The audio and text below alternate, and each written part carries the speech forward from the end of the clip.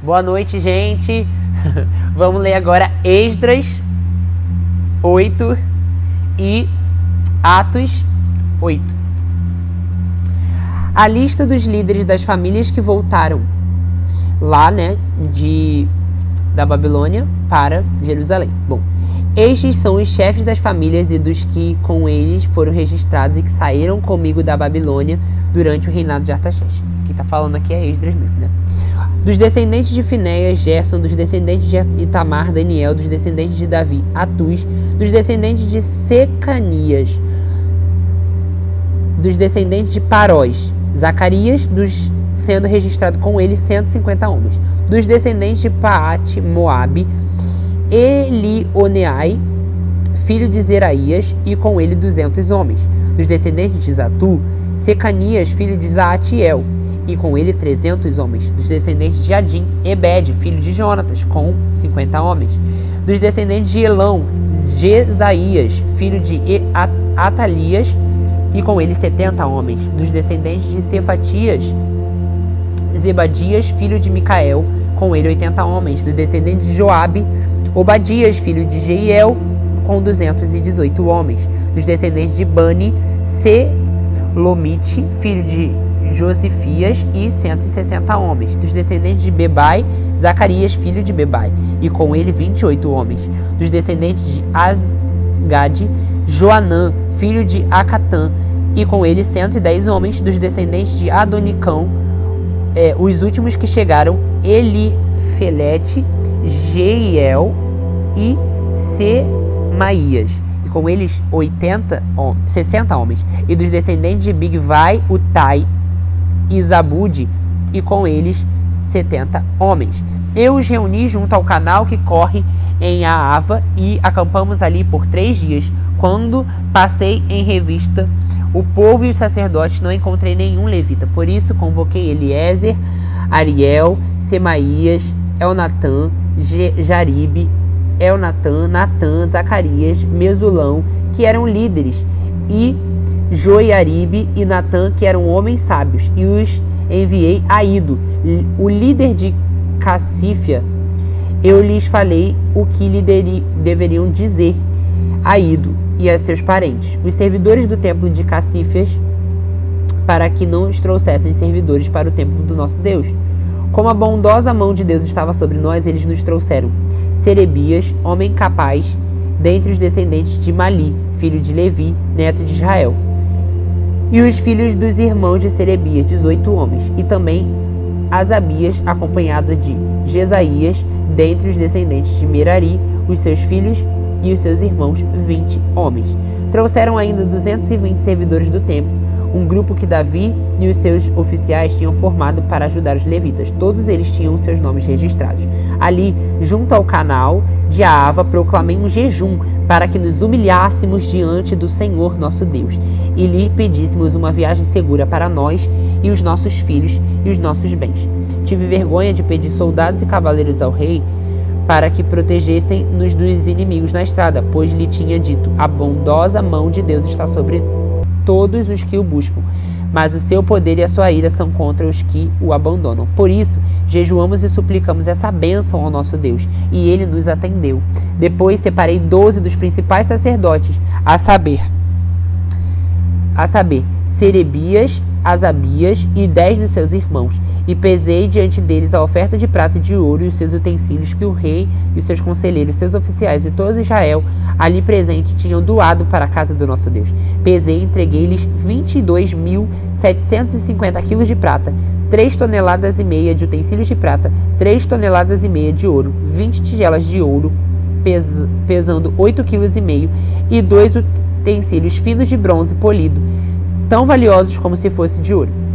E eu lhes disse: tanto vocês como esses utensílios estão consagrados ao Senhor. A prata e o ouro são uma oferta voluntária ao Senhor e o Deus dos seus antepassados. Peça que os guarde bem, até que pesem nas salas do templo do Senhor em Jerusalém, diante dos sacerdotes principais, dos levitas e dos chefes das famílias de Israel. Então os sacerdotes, os levitas, receberam a prata, o ouro e os utensílios sagrados, depois de pesados, para levá-los a Jerusalém, no templo do nosso Deus. No 12º dia do primeiro mês, nós partimos no canal de Ava e fomos para Jerusalém. A mão do nosso Deus esteve sobre nós e ele nos protegeu do ataque de inimigos e assaltantes pelo caminho. Assim, chegamos a Jerusalém e ficamos descansando 3 dias. No 4º dia, no templo do nosso Deus, pesamos a prata, o ouro, os utensílios e os demos a Meremote, filho do sacerdote Urias. Estavam com ele Eleazar, filho de Finéias, e os levitas Josabade, filho de Jesua, e Noadias, filho de Binui. Tudo foi contado e pesado, e o peso total foi registrado naquela mesma hora. Então, os exilados que tinham voltado do cativeiro sacrificaram holocaustos ao Deus de Israel, 12 touros em favor de todo Israel, 96 carneiros, 77 cordeiros e, como oferta pelo pecado, 12 bodes, tudo oferecido como holocausto ao Senhor. Eles também entregaram as ordens do rei aos sápatras e os governadores do território a oeste de Eufrates, e ajudaram o povo na obra do templo de Deus. Vamos agora a Atos, capítulo 8. Atos dos Apóstolos, capítulo 8, vai dizer assim: E Saulo estava ali, consentindo na morte de Estevão. Naquela ocasião, desencadeou-se grande perseguição contra a igreja em Jerusalém. Todos, exceto os apóstolos, foram dispersos pelas regiões da Judéia e de Samaria. Alguns homens piedosos sepultaram Estevão e fizeram, por causa dele, grande lamentação. Saulo, por sua vez, detestava e devastava a igreja. Indo de casa em casa, arrastava homens e mulheres e os lançava na prisão. Os que haviam sido dispersos pregaram a palavra por onde quer que fossem. Indo Filipe para uma cidade de Samaria, ali lhes anunciava o Cristo. Quando a multidão ouviu Filipe, viu os sinais milagrosos que ele realizava, deu unânime atenção ao que ele dizia. Os espíritos imundos saíam de muitos, e dando gritos, e muitos paralíticos e mancos foram curados. Assim, houve grande alegria naquela cidade. Um homem chamado Simão vinha praticando feitiçaria durante algum tempo naquela cidade, impressionando todo o povo de Samaria. Ele se dizia muito importante, e todo o povo, do mais simples ao mais rico, dava-lhe atenção e exclamava: Este homem é o poder divino, conhecido como grande poder. Eles o seguiam, pois ele os havia iludido com a sua mágica durante muito tempo. No entanto, quando Filipe lhes pregou as boas novas do reino dos céus e do nome de Jesus, creram nele e foram batizados, tanto homens como mulheres. O próprio Simão também creu e foi batizado, e seguia Filipe por toda parte, observando maravilhado os grandes sinais e milagres que eram realizados. Os apóstolos em Jerusalém, ouvindo que Samaria havia aceitado a palavra de Deus, enviaram para lá Pedro e João. Estes, ao chegarem, oraram para que eles recebessem o Espírito Santo, pois o Espírito não havia descido sobre nenhum deles, tinham apenas sido batizados em nome do Senhor Jesus. Então Pedro e João lhes impuseram as mãos e eles receberam o Espírito Santo. Vendo Simão que o Espírito era dado com a imposição das mãos dos apóstolos, ofereceu-lhe dinheiro e disse: Dê-me também desse poder, para que a pessoa sobre quem eu puser as mãos receba o Espírito Santo.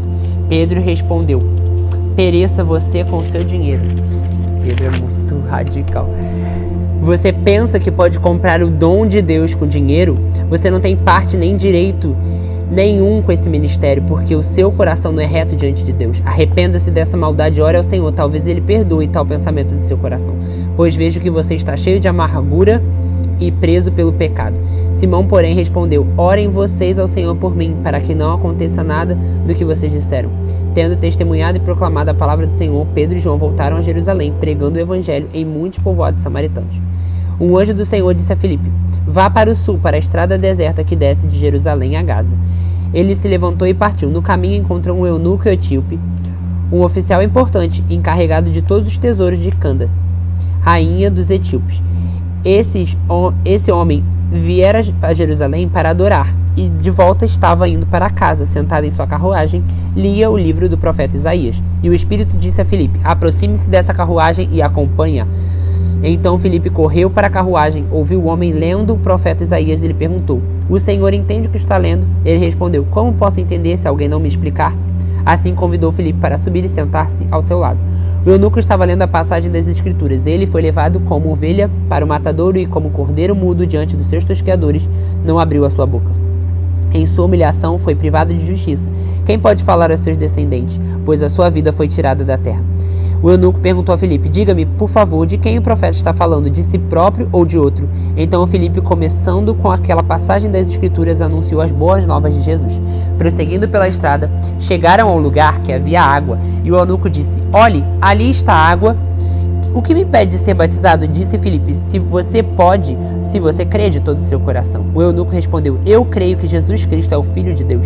Assim, deu a ordem para parar a carruagem. Então Filipe e o eunuco desceram à água e Filipe o batizou. Quando saíram da água, o Espírito do Senhor arrebatou Filipe repentinamente, e o eunuco não viu ele mais.